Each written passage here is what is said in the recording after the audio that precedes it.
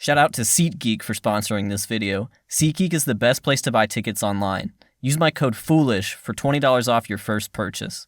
Ladies and gentlemen, please remove your hats and rise for a tribute to every MLB team that won fewer games last year than Old Hoss Radbourn in 1884.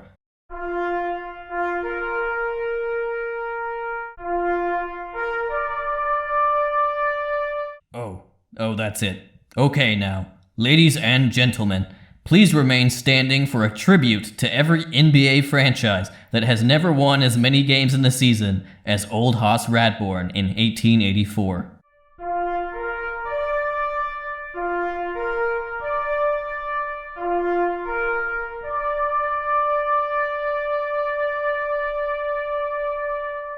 That's wow. It might be even more embarrassing. That's tough to say. Charles Radbourn, aka Old Hoss Radbourn, was a pitcher during baseball's dead ball era of the late 19th century. And while a lot of you clicking on this video know exactly what you're getting into, those of you not familiar with Mr. Radbourn's exploits both on and off the field are in for a terrific treat. He delivered perhaps the greatest pitching season in baseball history, and he was also, and this is not a joke, the first person ever photographed flipping the bird. That's his calling card.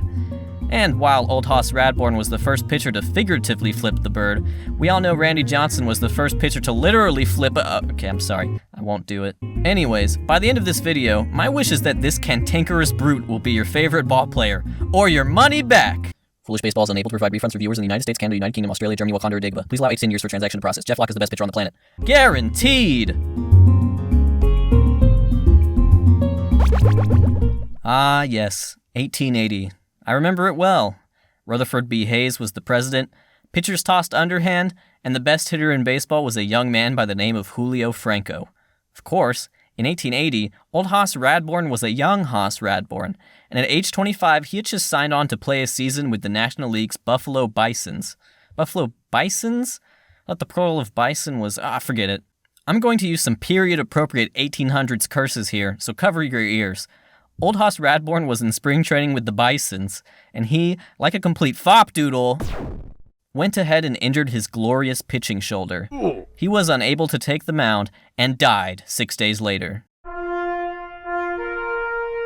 Wait, that's not right. He was released after 6 games. I guess the Bisons didn't want him to become some sort of rake fire. Old Hoss returned back to the slaughterhouse. Oh yeah, his family owned a slaughterhouse. Anyways, he returned back home to the slaughterhouse, believing that his baseball career was over before it could really begin. But in 1881, he was contacted by the Providence Grays, likely via email, and he ended up signing with them for the upcoming season. He split pitching duties with two-way star and future Hall of Famer John Montgomery Ward, and turned in a stellar performance, 25-11, a 2.43 ERA, and 325 innings pitched. This was actually, believe it or not, pretty pedestrian, as his era-adjusted 108 ERA plus puts him on par with 2018 Dallas Keuchel. Still, a solid season, but after an even better 1882, Old Boss Radbourn became the workhorse we know and love in his 1883 season, where he set the National League record for wins in a season with 48. John Ross Radbourn and flamethrower Jim Whitney also became the first 2 National Leaguers to break the still special 300 strikeout barrier. Basically, Bob Ross Radbourn thinks your favorite pitcher is a real weenie. But something bigger was looming, and he was ready to leave his mark with the legendary 1884 season. 1884 was the first season that legalized the overhand delivery. In other news, Julio Franco was still pretty good, but starting to show signs of aging. You know who else was pretty good? How about your 1884 Providence Grays? They were carried by their 1-2 pitching combination, which consisted of the grizzled 28-year-old Radbourn and 21-year-old hotshot Charlie Sweeney. On May 26th, they reeled off their 12th consecutive victory against the New York Giants, giving them a 1-game lead in the National League. Fast forward a couple months, and the club stood in with a 42-18 record, trailing the Bean Eaters of Boston by just 1 game. Radbourn was pitching great, but the young Charlie Sweeney was equally impressive, boasting an ERA well under 2. Sweeney, however, was not getting along with Radbourn or the Providence Grays management, and it all came to a head when he was pulled in the 7th inning of a July 22nd matchup against the Philadelphia Quakers. The Grays were winning 6-1 at the time, but Sweeney stormed off the field never to return. The Grays, now playing with 8 men on the field, would surrender 9 runs in the 9th, losing 10-6 and dropping 2.5 games back of the league-leading Boston Bean Eaters. Sweeney was kicked off the team the next day, and he quickly joined the St. Louis Maroons of the Union Association, a league that only lasted for a year. The Grays' season had reached a crisis point. Radbourn was the only true capable starter on the team, and there weren't really any available to be signed off the street. One of the most enthralling moments in all of 21st century sports was when minor league baseball legend Tim Tebow gave an impassioned post-game conference after his Florida Gators were upset by the University of Mississippi. He concluded his press conference with this famous promise. But I promise you one thing, a lot of good will come out of this. You have never seen any player in the entire country play as hard as I will play the rest of the season, and you never see someone push the rest of the team as hard as I will push everybody the rest of the season, and you never see a team play harder than we will the rest of this season. God bless. The Gators would go on to win the national championship that year. When Charlie Sweeney was removed from the Grays, Radbourn made a similar promise to a local newspaper. And so he did. Radbourn started 41 of the Grays' remaining 51 games. His team grabbed the National League lead on August 7th with Radbourn on the mound. That victory marked the beginning of 18 straight wins, not just for the Providence Grays, but for Old Hoss Radbourn himself, as he started every single game down this stretch. Frank Bancroft, who managed the Grays, was Radbourn's roommate, and he would later say that Radbourn woke up every morning unable to raise his arm high enough to use a hairbrush, so he spent hours upon hours stretching out his arm on game days. But it was worth it. The win streak propelled the Providence Grays to their first and only pennant. Old Hoss Radbourn had kept his promise, but just how good was he for the Grays in 1884? It's time to have some fun with numbers. There it is. 59 wins for Old Hoss Radbourn. And there's a disputed 60th win too, which you can read more about in the Sabre article I linked in the description. 59 wins is, of course, the most wins anyone has ever recorded at any level of professional baseball. None of these ancient leagues like the American Association, Union Association, or National Association could crank out someone with more wins in a season than that. It's possible that a Negro leaguer could have pulled off this feat in a calendar year, but we'll never know with those stats being incomplete. Baseball has many unbreakable records, and this is definitely one of them. Traditional starting pitchers max out at 35 starts, and openers don't pitch enough innings to earn wins. The highlight of this stat line is without a doubt the 678 2/3 innings pitched. I can't think of a more perfect illustration of how baseball has changed than to compare Old Hoss in 1884 to the opener antics of the 2018 Tampa Bay Rays.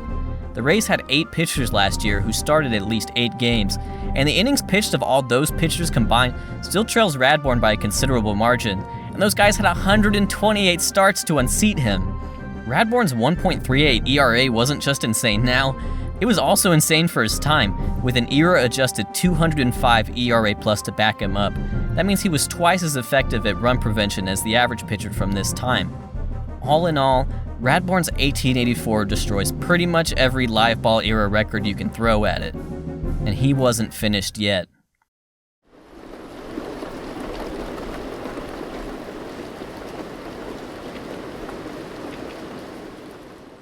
In October of that year, the National League champion Grays met the American League champion New York Metropolitans at the Polo Grounds to play a best-of-3 exhibition, the first of its kind to be called the World Series. Game 1. Providence defeats New York 6-0. Radbourn tosses a complete game shutout. Game 2. Providence defeats New York 3-1. The game is called after 7 innings due to darkness. Providence has already won, but the two play Game 3 anyways. It's just an exhibition after all. Game 3. Providence defeats New York 12-2. The game is called after 6 innings this time due to extreme cold. Old Hoss Radbourn tossed all 22 innings across these 3 games, only allowed 11 hits, and those 3 runs were all unearned.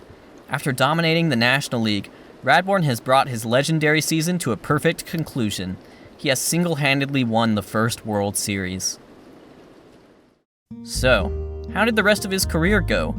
In a word, He was serviceable, but never reached anything close to that level of dominance again. He did, however, retire a 300-game winner, and was posthumously elected to Baseball's Hall of Fame in 1939. Yes, posthumously.